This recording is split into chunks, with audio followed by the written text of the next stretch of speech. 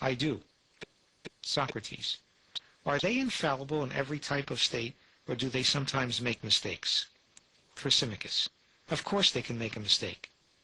Socrates. In framing laws, then, they may do their work well or badly. Thrasymachus. No doubt. Socrates. But the subjects are to obey any law they lay down, and they will then be doing right? Thrasymachus. Of course. Socrates. If so, by your account, it will be right to do what is not to the interest of the stronger party, as well as what is. Thrasymachus. What's that you're saying? Socrates. Just what you said, I believe. Haven't you admitted that the rulers sometimes mistake their own best interests, and that at the same time it is right for the subjects to obey? Thrasymachus. Yes, I suppose so. Socrates. Well, that amounts to admitting that it is right to do what is not to the interest of the rulers of the stronger party. You, with your intelligence, must see how that follows. While a verbal admission of a contradiction is the most effective way of refuting an opponent, it is not always possible to obtain one. The next best thing is to point out, if possible, a contradiction or inconsistency between the spoken word and behavior. For instance, when someone attacks the capitalist system and praises what socialist countries try to do, you might ask him why he doesn't live in one. If you cannot elicit the contradiction in a formal or informal way, proceed next to try to get your opponent to become angry. Members of the audience are always ready to laugh, and angering your opponent may lead him to say foolish things. If you find that you are succeeding in your questioning, and that your opponent knows this, then you may find that he refuses to accept anything you say without qualification. He may do this to stymie the progress of your line of questioning. At this point, you should inject a truism like, "Isn't your name?" or "Isn't today's date?" He must either say yes, in which case you congratulate him on being able to answer questions, and then continue with your line of argument. Or he can continue to say no and embarrass himself. Another way of obtaining an answer you want is to ask a loaded or complex question, a question so phrased that any answer given is incriminating. Actually, a complex question is really several questions in one. For example, if I ask, "Are you still a member of the Communist Party?" there are two possible answers. If the answer is no, then the person questioned has admitted his past membership in the Communist Party. If the answer is yes, then the person has still admitted his past membership in the party. Either way, he has admitted membership. What should he do if he were clever and never a member of the Communist Party? Rather than reply with yes or no, he should simply say that he has never belonged to the party. Answering.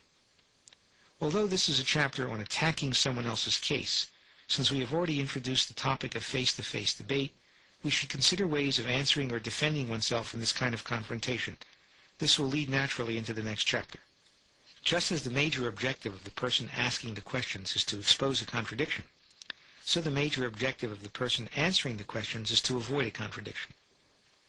If you discover the ultimate contradiction toward which your opponent is leading you, quickly change the subject or try to move off on a tangent, and thus lead the discussion away from that issue.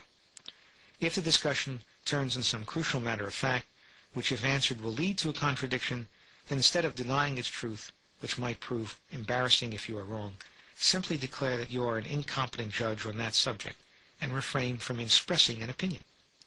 Usually it is not good form to admit ignorance, but in this case it is more important to avoid stepping into a contradiction.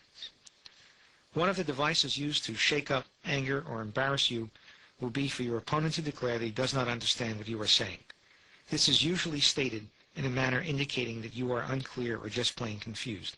When confronted by the charge of a lack of clarity, you should reply along the following lines. "Please excuse me," with ironic politeness, "but with your great intellect, it should be easy to understand anything. It must be my poor judgment of the issue." Follow this by a really simple statement of the issue. That is, explain it in a patronizing manner, as if the questioner were a moron. If he persists in declaring your presentation unclear, then conclude by saying, "Some people see and some people do not," defending your case.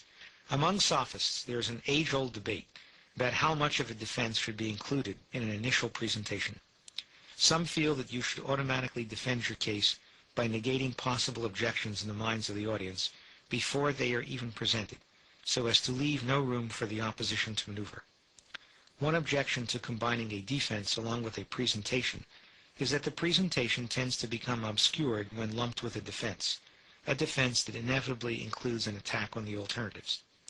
Moreover, it tends to make you look defensive as if you had something that could not stand by itself. The purists want to present their case unencumbered by any defense. There are, however, two general objections to this procedure. First, it is not always possible to get back at your opposition. The format, the audience, or the medium may only allow a single exposure. Moreover, some people lack the quickness of wit to respond quickly in the give and take, and they wish to rely more heavily upon a well-thought-out presentation and defense. I might add that if you are also thinking about your defense while you are preparing your presentation, you might come up with a better presentation and a better defense because you have anticipated what the objections might be. The moral of this debate is that you must let the circumstances determine the extent to which you combine a presentation with a defense. In any case, it is still useful to separate the different techniques of each so as to make you more self-conscious and adept at both using them and spotting them as used by others. As is always the case when you are trying to win, the major thing to look for is audience reaction. Try to determine the extent to which your objector has been successful in breaching your defense. What particular points of yours were most easily overwhelmed? Which remained steadfast and resisted all assaults? And especially which were ignored by the opposition? Sometimes ignoring a particular point or points is symptomatic of the opposition's inability to overcome it, or the opposition's recognition that the point is so formidable it is best to call as little attention to it as possible. Your evaluation of what worked and what did not work with the audience should determine what you choose to emphasize, what you choose to ignore, and what new elements you should introduce into your defense. There is, however, a special personal element that must be taken into account when we move to the defense, and that is your own emotional reaction to being attacked. It is one thing to be a spectator at a battle, and it is quite another to be a participant. Reactions will vary with the individual, but in all cases you must learn to control your emotional responses and concentrate on winning. This suggests certain general rules for controlling yourself. Rule number 1. Never admit defeat. Certainly neither look nor feel that you have been defeated. If the audience detects a feeling of low morale in you, then it will immediately assume your opponent has won. There are several things you might do. For example, sit with your hands folded. Avoid squirming. Laugh louder than anyone else when he makes a joke. Smile. Take notes, but not too many. And take no notes at the end. Or maybe pull out a copy of the New York Review of Books and read it, ignoring your opponent altogether if you think you can get away with it. Rule number 2. Refuse to be convinced. Even if you feel that he has a good argument and that your case is weaker, refuse to be convinced by your opponent's case. This is especially important. If we give up because the opposition appears to be right, we inevitably discover after it's too late that we were really right in the first place. How often have you thought of an adequate answer in rebuttal after the debate was over? You trust your initial instincts. Rule number 3. Retain your self-confidence. It always hurts to have someone think ill either of you or your case, especially if your opponent has some sort of prestige. In order to build up your confidence and to offset the image you have of your opposition, try the following.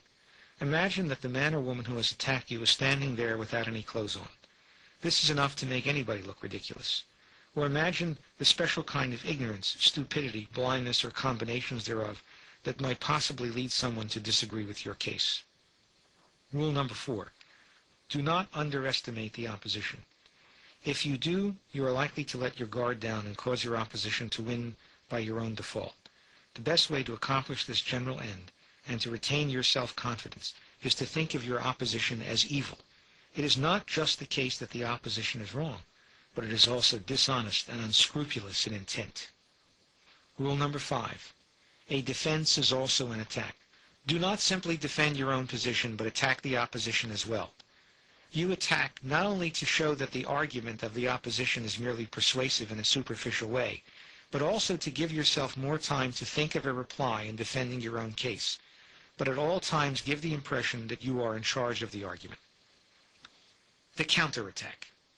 Every defense must have a counterattack, that is, a refutation of the charges made against your case by the opposition. Needless to say, not every attack against your case will contain every kind of charge.